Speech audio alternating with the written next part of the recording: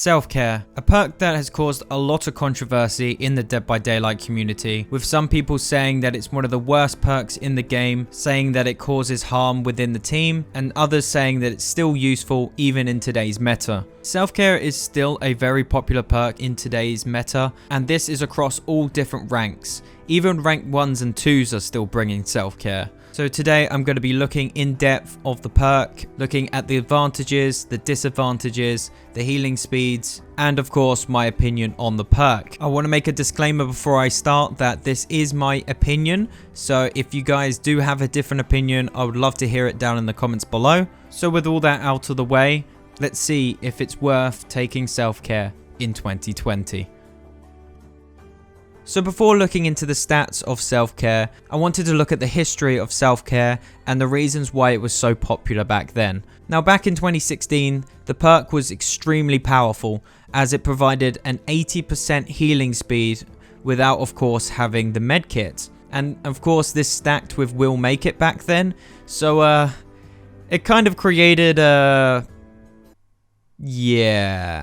it was pretty broken. So of course Behavior had to fix that problem, and what they did was that they reduced it from 80% to 50%, and of course changing Will Make It. Now this change made it still effective, as in 2017 and 18 it was 25 seconds to heal up. It also provided 100% item healing efficiency as well, so bringing a medkit also meant that you can double the amount of times you can heal. But of course, just like every overpowered perk, came another nerf, and this increased the time to heal yourself from 25 seconds up to 32 seconds, increasing it up 7 seconds more, while also reducing the item healing efficiency of medkits down to 20%. And that is what we're left with today. So now you know about the history of self-care, let's have a look at the healing times.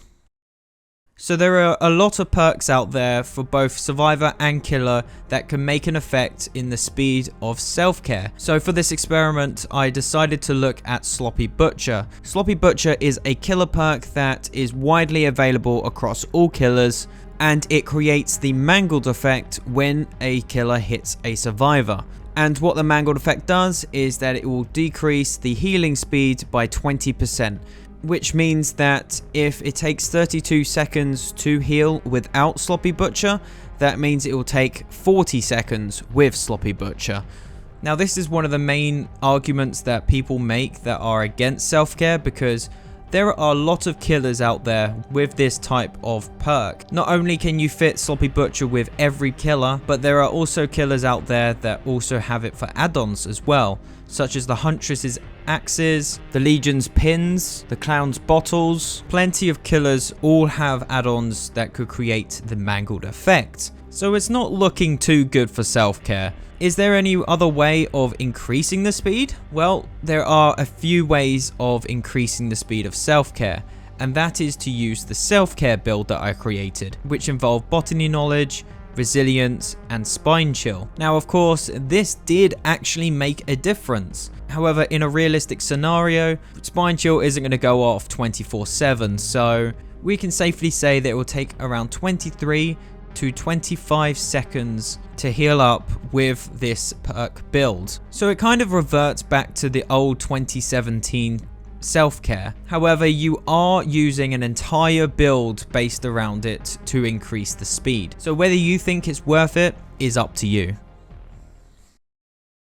So apart from self-care, is there any other alternatives? Well, there are 3 alternatives to healing yourself. There is inner strength, medkits, and of course finding survivors to heal you. So we're going to start off with inner strength. Now this perk is very much slept on, and I cannot understand why survivors don't use this perk more often. What this allows you to do is that once you cleanse a totem, you can heal yourself by getting into a locker for 8 seconds. So I did the timing it takes to cleanse a totem and get into a locker to fully heal yourself, and it totaled up to 22 seconds. It takes 14 seconds to cleanse a totem, and of course 8 seconds in a locker to heal yourself. And this is a lot quicker than self-care.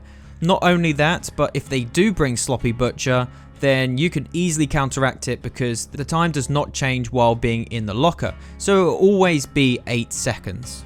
This is a perk that I personally choose myself, and honestly, it's made great results. Next up is the medkits. Now, I'm not going to go through every single medkit. However, each medkit is very different depending on its rarity.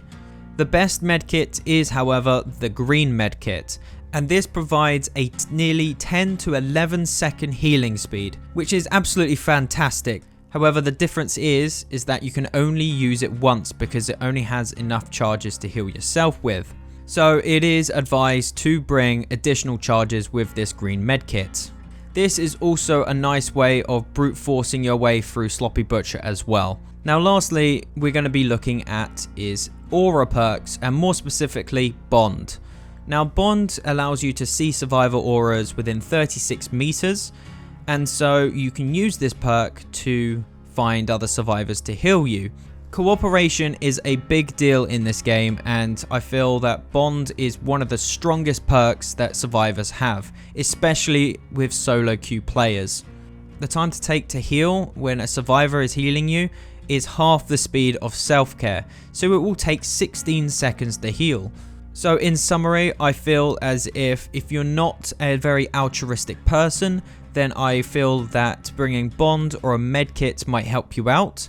However, if you are more of an altruistic player, then bringing inner strength could really help out. But any of these perks are a lot better than self-care, in my opinion.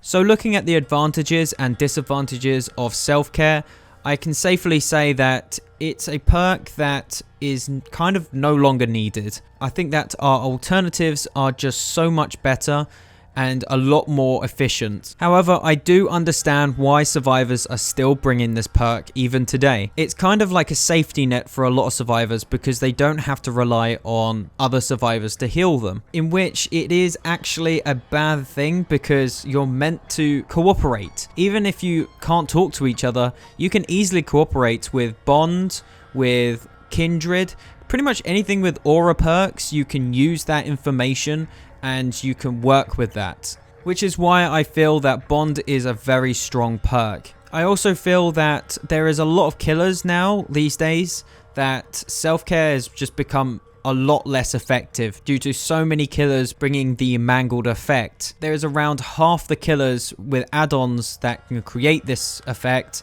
but not only that, but the exposed effect also makes a big difference. What's the point of wasting 32 seconds when you're just going to get knocked down by a Hillbilly's Chainsaw or Michael Myers Tier 3? It kind of makes all that time that you spent healing completely pointless. But of course, this is just my opinion, and I can't obviously force you guys to not bring self-care, because I'm pretty sure we all have different stories of why we bring this perk. But if you can take away anything from this video, is that I want you guys to try out a different perk, such as Inner Strength or Bond. And yes, this is going to be a learning curve. I remember when I replaced self-care, because back in the day, I used to think that this was a really good perk. And when I replaced it, I lost so many games because you take self-care for granted a lot. However, I did get better because my looping was a lot more efficient, I was stealthing a little bit more, and overall I just became a better player. I think that once survivors realize that being injured isn't a really bad thing, then you'll realize that self-care is just not that useful. And if you are worried about being injured, then you have other perks such as Resilience that can help you vault quicker, do generators quicker.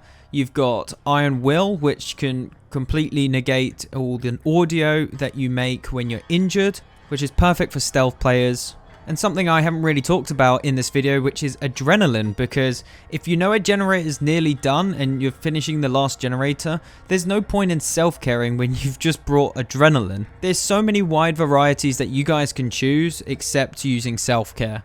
But anyways, I feel like I'm rambling now, so thank you guys so much for watching. I hope you did learn something in this video. Let me know in the comments down below on whether you think self-care is a good perk or not. And I'll see you guys in the next video. Oh yeah, and I also did an experiment where the killer brought all the perks that will reduce the speed of healing. And yeah, this was quite entertaining to look at because it took so long just to heal. I mean, look at that intense speed. Mmm.